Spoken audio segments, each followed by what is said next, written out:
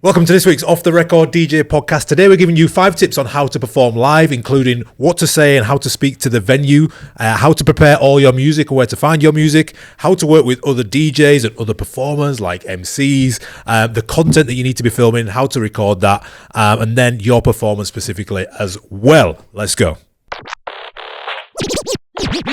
Music, industry talk, stories, equipment and more. We are Crossfader and this is off the record. Off the record.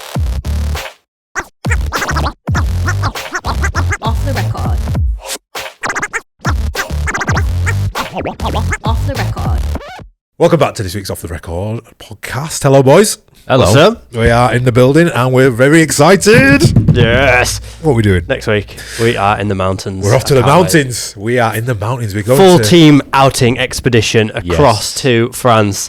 To Les Alpes, for anyone that knows, snow ski resort, and there's a festival out there called Rise Festival that's been going for 10 years, about the same length of time as Crossfader, because we know the guys that run it. Yeah. And we were out there a good 10 years ago taking DJs out there, and it's like a full circle moment because we've done it again. You might have seen that we ran a DJ competition throughout this year.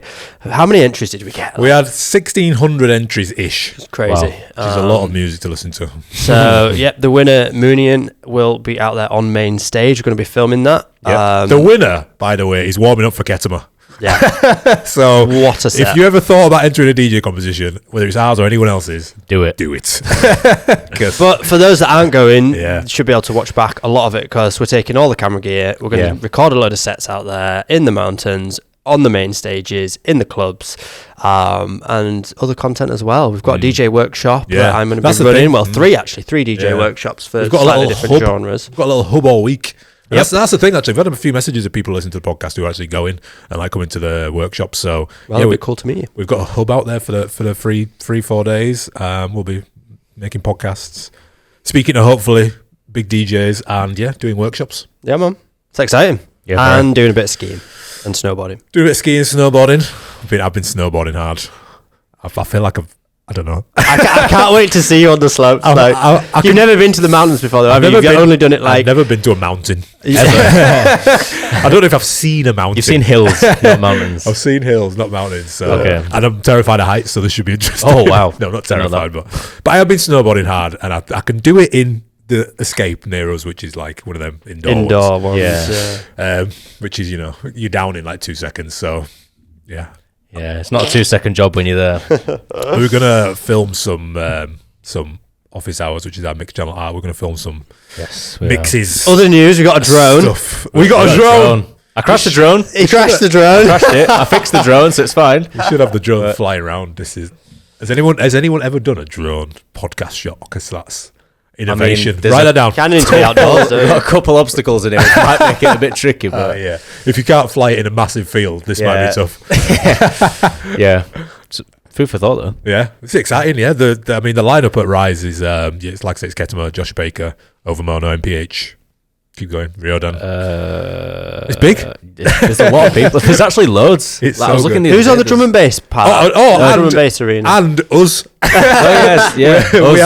We are DJing, which is handy. We're going to get. I'm warming up for Confidence Man and A-Trip. Yeah.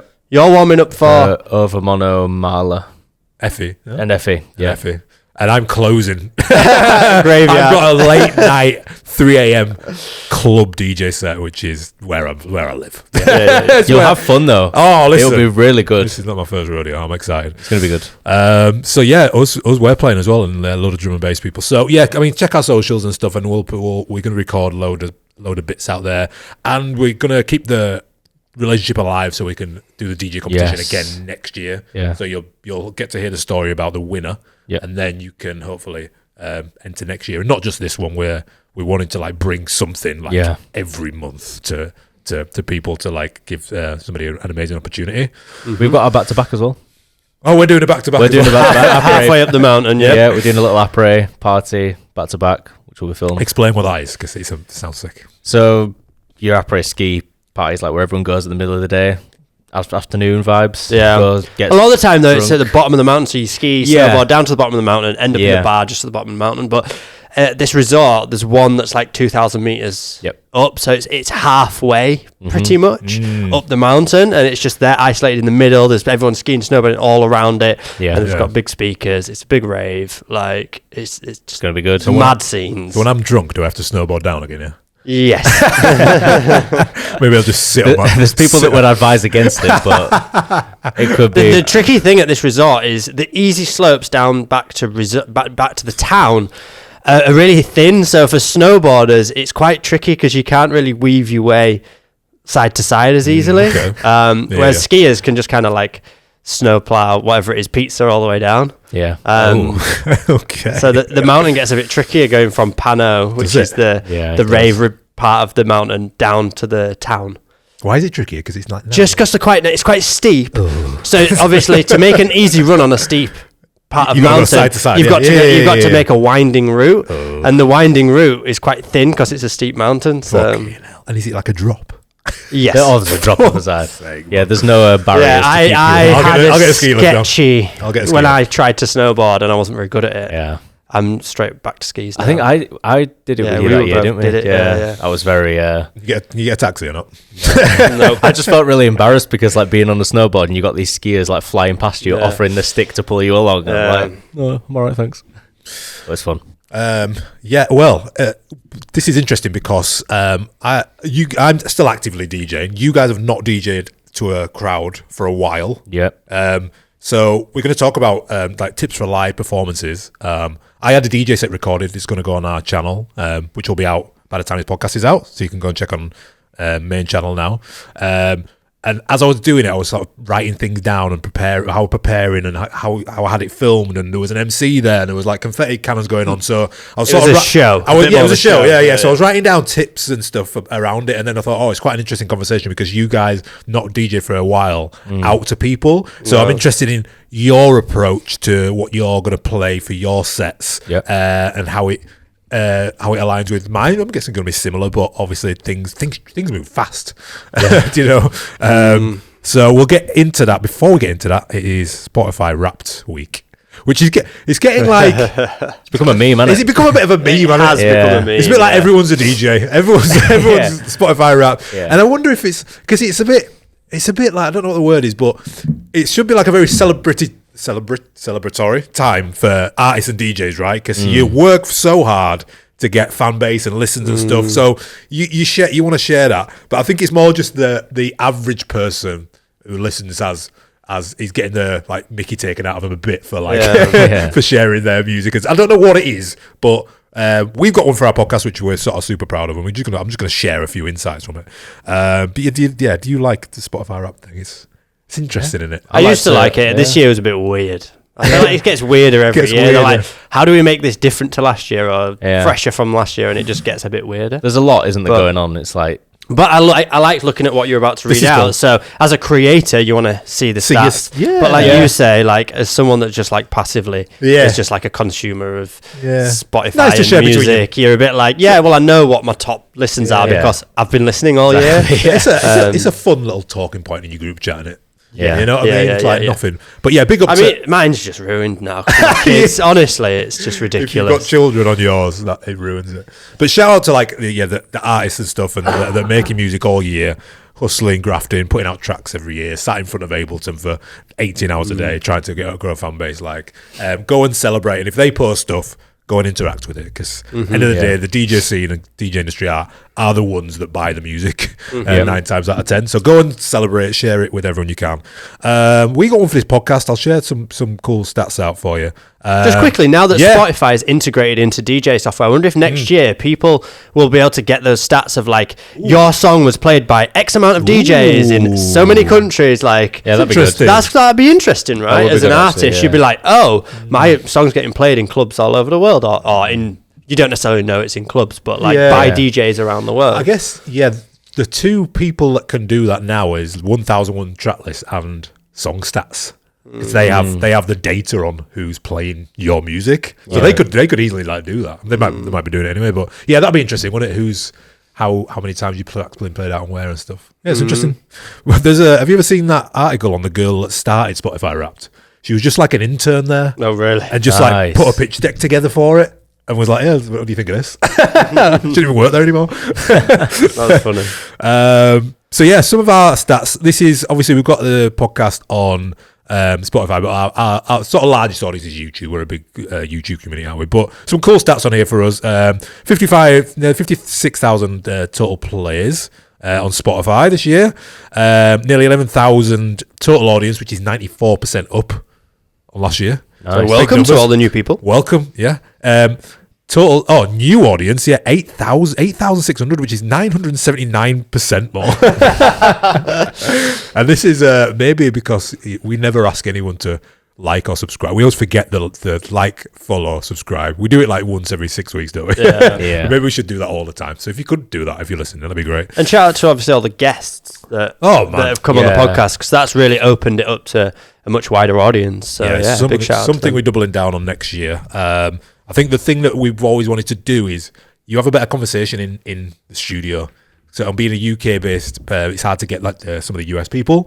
But then when we've done the like Zoom type interviews, they've actually done really well. So maybe it was just something we thought was a thing, which wasn't. So we've got loads of hopefully a wider audience next year, because we're going to do more like video calls and stuff with the big DJs. We've got one in like 2 weeks.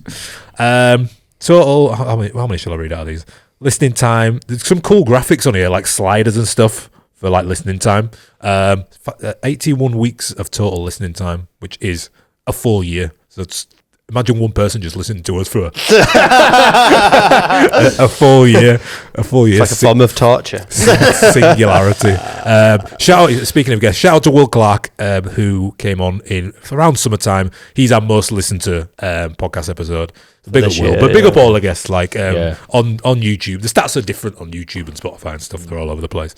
And this is wild. So our show is in the top 5% of videos on Spotify, which is wild. I think because we were doing videos like from the start. Yeah, because we just got that on our side. We don't upload audio, do we? We just upload this video file. Yeah, interesting. I won't bore you with any more, but it is good for your creator, and it's good to, because you sort of just get in it and just like you record every week. Yeah, it's nice to see that actually like a lot of new people have come and listening and enjoying it. I know you got that out in ADE, and anytime we come and meet people in person at these events, there's always so many people that appreciate this podcast. 89 countries worldwide. That's nice. A really cool statistic to share out. Yeah, big up. Go and support people who are posting theirs. I think it's a pretty cool thing to do. Big shout out to any of our new anyone who's a new student of ours. We had a huge Black Friday sale, like our biggest influx of students of any time that the Crossfader has ever existed. So welcome if you're like new to the product and to the platform, and hopefully you're learning some new stuff. And there is exciting updates coming to the platform. So if you have ever signed up for a course, bought a course, or you're inside our platform, it's about to look very, very delicious. Yes. I'm excited. Jamie's very stressed. I'm actually not too bad. I'm not too bad, but it's been a long time in the making to actually just make it feel much more professional and more functional, and just work better for users. Not that it doesn't work well, but it had a lot of room to look prettier. Yeah. So yeah, that's coming. It's exciting. I've seen the screenshots. It looks bloody lovely. Right, let's get into today's theme, which is tips for a live performance. I'll give you some tips on how to DJ. That's the sound, so this is good because obviously we're going out to the mountains and stuff, so we are preparing for like that DJ set. Like I said, I recorded like a big show set this weekend at the warehouse in Leeds near us, and that is on the main channel now. So I want to give you like 5 main tips, which I was thinking about as I was like thinking about Rise Festival, thinking about the gig of the weekend. The 5 tips are: it starts with the venue. You got to think about the music. You got to think about the nuances involved on the event. Think about the content, and then actually like your performance in general. So let's start with the venue. So this is like a good thing to bring you in on, lads, because you've been out to Rise Festival before, right? So so you know it. We can give you some tips. You can give me some tips, which is like I've been asking. Like, Danny's told me what the 3 a.m. gig is like. It's not, it's a very sweaty, dark after club room. So that's already gets you in a frame of mind. I'm not going to be, playing any warm-up songs or anything like that. No. So immediately it gets my sort of brain thinking. So it starts with a venue. Like the crowd are going to determine your set. It's not the other way around. Like you're not going to dictate to the crowd what is going to happen. Absolutely, you know what I mean? So it's like, what is the event? Is it a club night? Is it a bar? Is it a festival? Is it a private event? All of them different things require totally different things. So you can't even start thinking about music until you know any of them things. Who is the audience? Like, what is the age range? 18, 21, 21, 25? Is it a corporate event? Totally mixed. Like, what are the energy? Is it a local crowd? That's one as well. Like, is it like, where are they coming from? Obviously, going out to Rise Festival, it's going to be so multicultural from all over the world. It all requires different things because if we're, for example, me who plays local residencies in like the UK, you got to think about, okay, what are you've got to be looking on Beatport and stuff, like what are outside, what are the biggest tracks in France and Spain and things like that, and just adding that into your selection.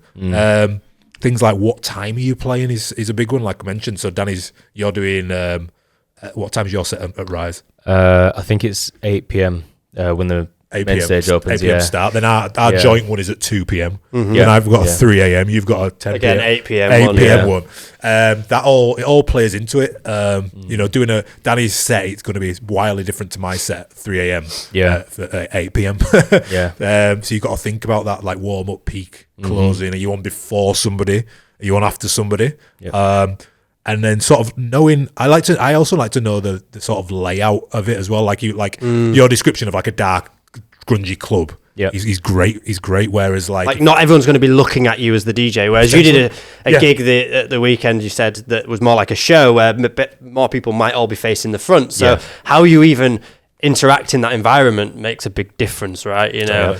Are you going to be the one putting your hands in the air, trying to like get that engagement with the audience, or is it that none of them are really paying attention to you, and you just got to create the vibes from wherever you are in that venue? Yeah. What else are you thinking about when you're sort of going to Rise, the venue specifically? I was thinking about with the stage specifically. It's like it's only open for a short period of time, so it's 8 p.m. till midnight, and then that's it. Because it's in the middle of a village, and it's like you can't run past that. So you got to think: are people going to be there? Are they going to be up for it straight away? I've seen that stage in both cases where it's like it's quiet, and then I've also seen it really busy from the first act. So when I've thought about preparation, I'm like, right, I'm just going to throw a load of tracks that range from like warm up vibe to maybe quite heavy, as in like getting towards that peak time sound. And it's like I'm sort of going to like just wing it and go in which direction that, like you say, the crowd are going to give me the direction rather than me go the other way. So, and even just temperature, we're in the mountains, it's outdoors, and I've seen DJs like hands cramping up. So I'm like thinking about that, like I need to make sure I've got a hot wine because I can't put gloves on. I don't want DJ in gloves, right? I'm outdoors. There's no getting away from the fact that it's freezing. It's nighttime. It could be down to like -10. I don't know if it's forecast that, but it could be. Oh, you've been that before. So it's that thing of like just even the practicality of going, okay, I need something to keep my hands warm. Like whether they're literally hand warmers, there's a lot of things that heat up and you put in your pockets, or you're literally putting your hands back in your pockets in between mixing and transitions. It's those little things that make a big difference. You don't want to be underprepared. And if you haven't, obviously, if you're playing somewhere you haven't been before, just go and check. I always check the social media of the venue. Always, I got a New Year's Eve booking last week of somewhere I've never played before. And so the first thing I did was go on the venue and think, and it looks like it's like one of them sort of show stages where people are going to be looking at you. You're quite high up, quite an open space. So before I'm thinking about anything, I'm looking on the social media and just seeing what the venue's like, because you just get a total vibe and you can sort of just picture yourself there, and then you can start to think backwards of like, okay, here's where the booth monitors are. Is there going to be like a sound tech in the corner that I'm going to be able to work with? What time of the day is it going to be playing? Is it warm up, peak, all that kind of thing? So you can't really start to prepare until you know the room that you're walking into. Some good practices there. And then you can start to think about the music, which is where all your preparation begins. So you're like, okay, I know the venue, know that sort of time. I've spoke to the promoter. You paint a picture in your head, don't you? You sort of see yourself there. Yeah, you almost start living in that moment. In your head, and you think, okay, well, what do I need to add to that moment to make it a success? Naturally, moving on to music, the biggest thing. So the three things before you even start to like get on your like laptop and start to like put files in place and things like that. But 3 things would be like, right, ask the promoter if there's a music policy, because you're probably not doing a headline show. You might be part of like the resident team, or you'd be warming up for somebody, or it's like a student event or a corporate event or something like that. So is there a music policy? That is, again, you can't start putting folders together if you don't know the sort of music policy of the venue. And then one thing I love to do as well is speak to residents or speak to DJs that have played there. It doesn't necessarily mean that they've played the same type of set, or that they've played that they're playing the same genre or anything like that. But if they play there regularly, they'll just have some insight into the crowd. Because if it's in a city centre somewhere, you tend to get like similar crowds anyway. Do you know what I mean? So if there's certain tracks going off or certain edits, or you know what time it's going to get busy, you can just start to think about some insights. Yeah, like I say, stalk the venue or the events socials and see what the vibes is. And then it's standard like music preparation. Yeah, folders like main set, bangers, warm up. Always like to have experimental ones. So all them tunes you're downloading, not quite sure what's going to happen, but you want to have something to test. You want to have that like, oh, is this going to work? It might be like brand new, or it might be like an edit of an old one or something. Just you want to have like both extremes, like the guarantees here on this side, and then this might not work. And you need way more music than you think. Yeah, especially if it's I'd say probably if it's a club gig that you're doing a few hours and you're not necessarily warming up specifically for a certain type of act, then you've got to really have quite a diverse range of music ready to just draw for if things aren't working. Sure. But I think that's where it maybe changes slightly if you're very clear on, well, this night has a specific vibe. Either I've been told by the promoter, that there's a specific vibe to it, or I know that like because of the lineup, you kind of within certain parameters, and that's where you can be a bit more specific about your music prep if you know. But if you're not sure and you think it could be a bit of this, could be a bit of that, then make sure you've got a lot of that, a lot of each of those genres, or however many you're going to cover. 100%. One thing I did, because I was having it filmed, obviously I wanted to I was playing all night, right? So I had some sort of control over how the night flowed. But because I was having like an hour filmed, I just wanted to make sure everything was pointing towards like that hour. Yeah. So I kind of got I got the folder ready for like the live set, because I saw on you. This is like a residency thing that I do, and it was just a big show, so I knew what was going to go off. But again, I still had another 50% more than the hour, just to sort of float between and see what happens. Because if I dropped a 140 track and it started to go off, I didn't want to then just go back to 130 just because it was in my in my list. Like, have more to go off. Of course, and then I just had a bit of an experimental folder on the side to be like, okay, just if I get my head up and have a look, and I'll be like, okay, because for example, I started off with a few. I started off with a few like 130 sort of UK house, Josh Bakery type stuff. Yeah, and then I went into this Skepta edit, and it went off. So then I've got like 3 different Skepta edits. I've got like a Shutdown one, I've got a Cops and Robbers one, and I've got a Victory Lap one. Yeah. But it's only because the first one got a big reaction. I thought, let's do some quick mixing and just do like 5 minutes of this Skepta edit, and it worked really well. Don't you think a lot of DJs though, when they're starting out, a lot of them like, do I need to plan my set? And they think about an entire night or an entire set as like one linear thing, start to finish. So they try and plan like a very structured set that goes from start to finish. And I think the thing that I would recommend to people is flip it on its head and have many small sets planned that are all different styles that you can draw for and practice. So I say to people, like, practice just mixing like solid 5 to 10 tunes. That is like a little mini routine. It's like know that those tunes together go really well and you're confident at mixing them, but then have another 5 or 10 tunes, and they don't necessarily need to go next to each other. It's just all these mini sets that are like building blocks to a set that then you can stack together to make an extended set, rather than, I've got 3 hours to fill, I need to think of 3 hours worth of music. Think of, I need 10 minutes, 10 minutes, 10 minutes, 10 minutes, and make lots of different like building blocks that then you can draw for. And it's kind of like exactly allows you to be a bit more fluid in your set, because if you play a song that goes off, you then go, I know that mini set that I put together that's kind of, you just played 4 Skepta tunes back to back. But that's like, you've probably already done that before in the past when you've played it before. Yeah. So you just draw for those same tunes again, and if you have lots of these already lined up, then you articulated that really well. I've never really thought about it like that, but it is like my whole set is planned a bit like that. You've got like your Clooney type stuff for like 10 songs, and then I've got my UK garagey stuff for like 10 songs, but it's all within sort of an hour thing. So if one starts to go well, you just sort of lean into that one.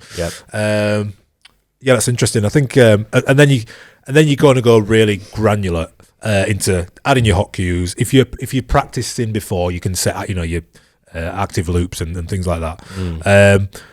A good one is like knowing where. I also think like knowing where the big breakdowns are in certain songs, because you can get in your head about it's all like the drop. You just need to focus on like every drop, but eventually you're going to have to let a certain time breathe and go for it, especially if you're playing longer than 2 hours, 3 hours. You're going to have to figure out when them times are to just let it lull for a little bit, because it's rare. You're not going to have high energy for all that time, which is why specifically to my set, when I was building up for the hour to film, I was almost trying to not make it go anywhere, which is quite difficult because it was packed pretty early. So it was busy. You have to like hold it back. Yeah, so I had to wait until 2 a.m.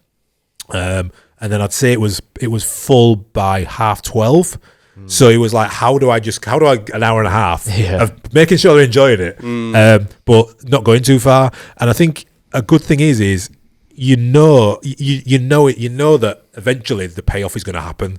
So over the years, you just get comfortable with it being a bit like 5 out of 10. Yeah. Do you know what I mean? Yeah. Because you know the payoff's going to be right. Because in an hour's time, it's going to be. I've got a good 2 hours. I think the key to this is being in control of that. Yeah. A lot of people, if you know that if I switch at any point to this planned part that I know I've got in my head and I'm trying to get it to 2 a.m, but at any point if I draw for that, this crowd's going to go crazy. Yeah. And as long as you're in control of that and you're not like scrapping to be like, the crowd's not working and I actually don't know what to do. Yeah. But if you've got a plan for it, then that you'll feel confident about it. I think so. Yeah, you got to be comfortable. Like this track isn't going to go off. Do you know what I mean? But it's a recognizable vocal, so look, people are going to sing. But it's just going to like make people dance, like chill.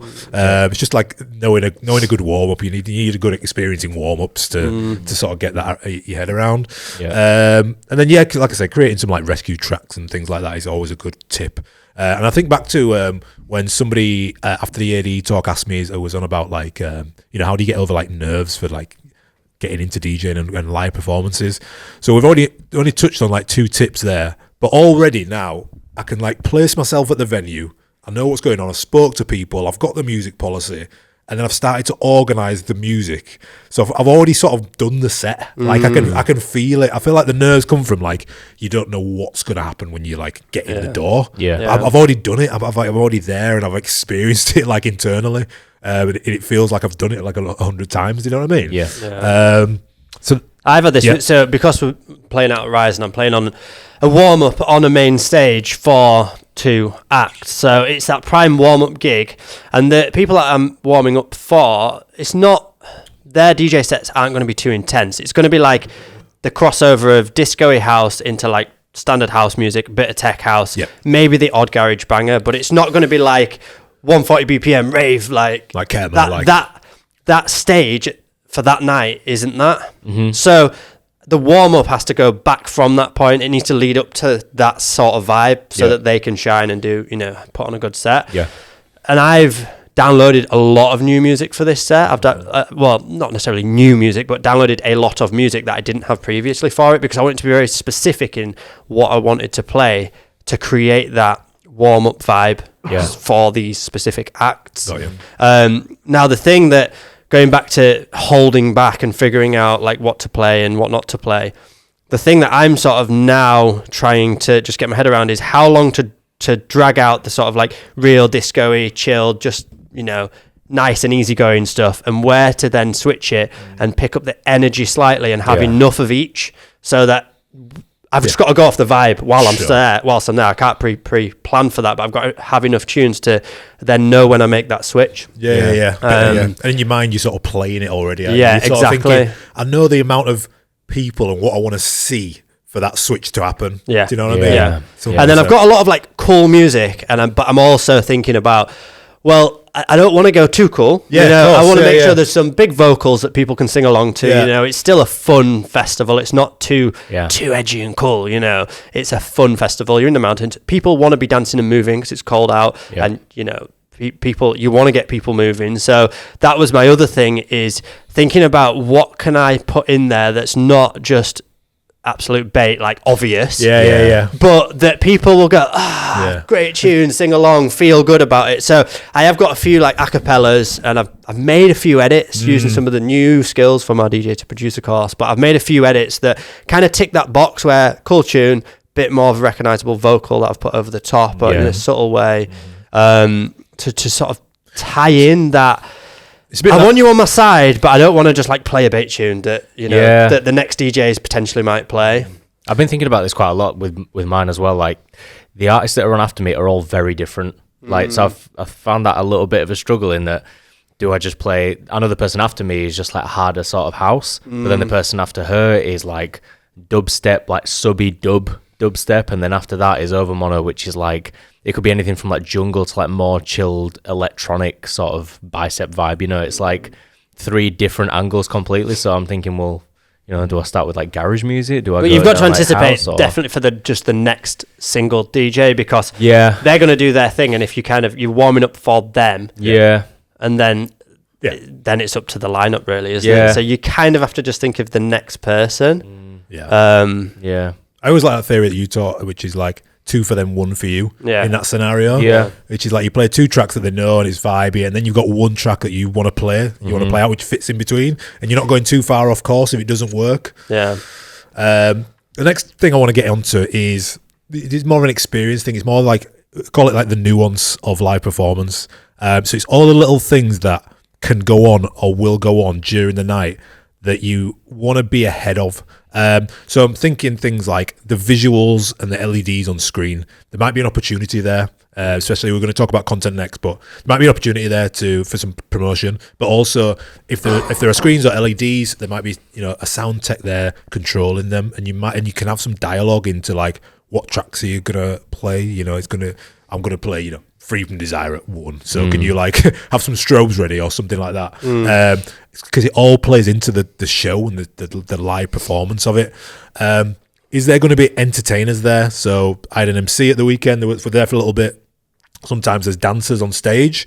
How do you choreograph that? Like if you're in between, you know, doing a bit of more of a warm up, then you're doing peak times, but then the dancers are coming on and you warm up and not at the peak time. It doesn't work. We had this a lot. We had a residency, didn't we, every Saturday, and there was performers on, and they do it in sets. So they'll come out on stage, do the thing for 20 minutes, 15 minutes, then they go. And some of those performances might be like angle grinders, you know, the sparks on the plates and things, or they might be like fire breathing and stuff. And exactly that, we used to always have to coordinate, because otherwise you don't want them coming out and it just be like in the lull part where you're controlling the crowd down a little bit to then take them back up. You need to kind of work with them so that they come out on the big peak moments of the night. But there's got to be dialogue. Dialogue. Working with like sax people over the years, a lot of the time, you've got to like you have to speak to them before. A lot of sax players, in my experience, they've had like classical music training, but sometimes it doesn't fit well with like club music. And they also like sometimes they'll have like a set list that they want you to play. If it depends on the event, but you want to have a dialogue of like, okay, if they've got a 30-minute track list ready to go, you need to figure out, can that fit into your set, or can you send them what you're going to play and they can practice or something like that. So it's all again just like pre-planning the set. This weekend we had loads of pyro and confetti and CO2 guns. So that needs to all happen, because I can't tell you how many times confetti's gone on for pyro and the drop hasn't happened. Like all the time. So it's like sending the track to the person before you get there, especially for like a pyro drop or something like that, because there's nothing worse than it's awkward, isn't it? Pyro. I swear, I remember watching a James Hype Medusa gig New Year's Eve, and like the pyros went off before like midnight or something. I was like, something like that. I think it was that. This is where getting comfortable with a microphone is good, because that means you can announce a drop. Like if you've pre-programmed, right, next tune, I'm going to count you in. That's when we're going to hit the pyro. And at least then, like the crowd, you're getting the crowd hyped, but also the tech can hear you going, right, the counting down to the drop, and this is when I need to hit the button sort of thing, just to make it super seamless and simple. Because sometimes you'll be like, oh, do it on the next drop, and then they think the next song's drop, not the next drop of this song, and there's always been confusions around stuff like that. Yeah, this is a good point. So when I got there to the gig, because we were doing loads of this stuff, and you'll see on the video, like, another point was the video that's gone live, it starts with people are on shoulders, confetti's going off, the CO2 guns, so it's like a peak moment. So everything kind of had to get there. So when I got to the venue, I was put in a production WhatsApp group. That had the photographer, it had the videographer, had the promoter, and a few of the other team members, and it was all being coordinated like in real time because we were trying to peak. So it's like, okay, when is confetti happening? What track is it going to be? All this kind of stuff is like live happening. So you're not only DJing, you're sort of trying to coordinate loads of different people. And where's the photographer? Is he in the right place? Like, and is your video guy in the right place? All of this kind of stuff goes on whilst trying to control the crowd, because this is the other thing with the nuance of, like, you can't pre-plan exactly when that moment's going to be. You can't say at 1:30 a.m. we are doing this, because it depends on the crowd. Like, is it busy enough? Have you warmed them up enough? Are they at that tipping point yet? So it's got to be on the night, and the nuance comes from, okay, the people are a bit late to come in tonight, and I'm having to like play, there's an extra 15 minutes here where I need to kind of warm those people up. That I thought I was going to be at the peak point 15 minutes earlier, but now I've got to extend my warm-up set into the peak point, and you've got to then think, no, I need to hold off. And what happened was the photographer was like 15 minutes late, so it was like, oh wait, well now I've got to think of another 15 minute songs to push back before it all goes. So there's all that stuff goes on. Let's move on to content, because like if you did not film the DJ set, it didn't happen. Like this is where we are. Like, film everything, and I'll give you. Let's talk about some like key talking points. So I've sort of talked about having mine filmed. So I had like an external person come, because you've heard everything that's going on. I can't then be like, is my camera on filming? So like, it's worthwhile getting someone to do it, because the content itself can be used for years. That's what you got to think. It's not about, if you make a loss on the night, don't think about it like that, because it might be your marketing for the next year. I still use videos from 5-6 years ago that still look super clean, super high professional end. So it is an investment. You got to look at it that way, especially if you've got a gig like the one I've just done, where it's going to be busy. It's the best clubbing around. You've got shows. You've got it's going to look great. So it's like, just get it filmed. But even your local gigs, like your event gigs, just everything. You've seen like big fans of like Nick Spinelli, who does all the wedding and event stuff, where like he just sets up his camera most of the time, but films the transitions and gets social proof out there. So I can't sort of overstate the importance of getting things filmed. While we're talking about this, there was someone that reached out, and I feel like this was a good, to say we're asking about this filming gigs. Let me just get the thing up. So just to go, it ties into this. So someone reached out, and I thought this is probably a good place to actually answer it. Yeah. So they've said, hey, Crossfader Legends, I've got a solid opportunity coming up over the next 5 months and wanted to get some advice from the team because I really don't want to waste it. I'll be a resident DJ at a busy party bar in the French Alps, similar to where we're going, playing 6 nights a week. Not every night or week is slammed, but there's more than enough happening to capture some really good content. I had the same gig last season, but I was still finding my feet and didn't make the most of it. I tried filming a bit here and there with an iPhone and a wobbly tripod, but honestly most of it is barely worth keeping. This season I want to do it properly. I'm planning to pick up the new DJI Action 6 plus some accessories and actually take content seriously. But I wanted to ask the team, if you're in my position, what would your approach be? With 6 nights a week in the same spot, how do you keep the content fresh? And like a lot of people, I've struggled with being consistent. So what kind of posting strategy would you follow if you were me? Yeah. Good. I imagine good question, loads of people in that scenario where you've got a residency every week, but you feel like, how can you post every week because you're at the same place, you're at the same gig, but you got to remember that like people on the other side of the phone don't care about that. They don't think about it like that. They don't know that you're doing 6 nights. Yeah, they just see the just consumption. They're just seeing it. So you can't think of like, I'm just like boring people with the same thing every night, because you'll be finding new transitions and new ways to mix and stuff every week to keep. I think it goes back to that. It's like what makes you unique as a DJ. So the creative transitions are what I felt like made me unique as a DJ.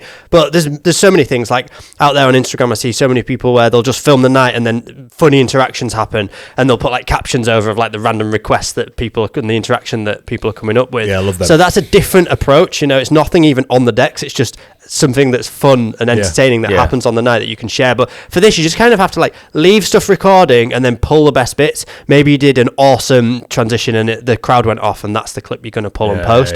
Maybe there's a random interaction and that's the thing you pull and post. Maybe, you know, not much happens that night, but you're working 6 nights a week, so you don't have to pull a piece of content from every single night. But if you film, leave stuff recording, and then just, you know, if something happens, make a mental note of it, just so you can find it easier on your camera footage, like what time it happened. Do you know what does really well is like top tracks in like a specific area. So they're like the top 5 tracks in Bay Area. I saw that the other day, like millions, because like people in the area all like agree with it. So if it's like, you know, top 5 ski tracks or something like that. Why does every snowboarder love this tune? What's the tune? It's just go to you. But that kind of thing really works well, because you got to resonate. Say specifically to this person asking about the ski residency, like what is like the unique things to snowboard ski community, like what is it they're always requesting and playing, and that'll start to be a crowd, and you can make content around that. 100%. You could even do like, you know, what you're planning and preparation into a set, like how I plan for my après ski set. 100%. That's a hook, you know.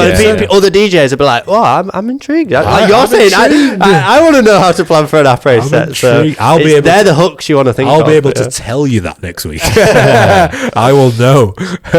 So the last point is your performance. Point number 5, which is subjective, but I think it'd be interesting to know what you guys think about this. I think as the modern DJ has grown, and somebody AD asked the question in the Q&A at our talk, which like, what do you give any tips or advice on the performance aspect of a DJ? Because the DJ is becoming the rock star, so they're on stages, they've got pyros, they've got, you know, big screens going to the sound of the music, and there's a lot more like a performance aspect of it.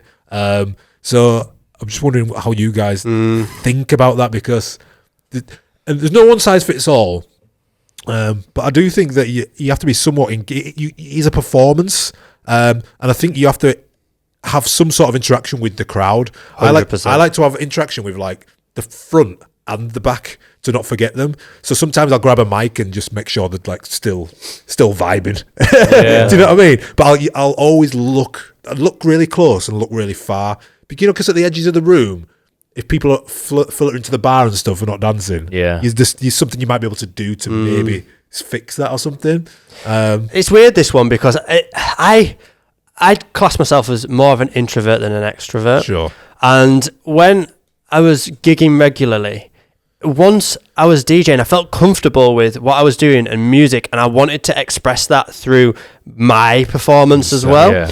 But if you put me on stage to like, this is pre-Crossfader, and we're like, right, you need to stand in front of lots of people and like do something. I'd be it's tough. Terrified. I'd be like, but I think it was just being comfortable with, I got a feeling out of music. I love music, and I love like moving. I used to love dancing to music when I was a kid. Obviously that would be more dancing like not in front of people. But as I got a bit older and I started enjoying clubbing and enjoying going out, I kind of lent into, when I was behind the booth, I did embody some kind of something. It's an alter ego. It's an alter ego. It is an alter ego. I know your DJ name was your name, but you're still a different person. Yeah. But it's why people have DJ names. Yeah. So you can step into a different person. And you've got to show confidence in yourself as a DJ, even if it's like, okay, I'm not a dancer, I'm not going to be like grooving around behind the decks, but even just like singing along to parts, miming along to parts, it shows that you're engaged in what you're doing. And you're giving that back to the audience. You kind of creating what you want from them. You're giving 100%. Out what you want back from them in a way.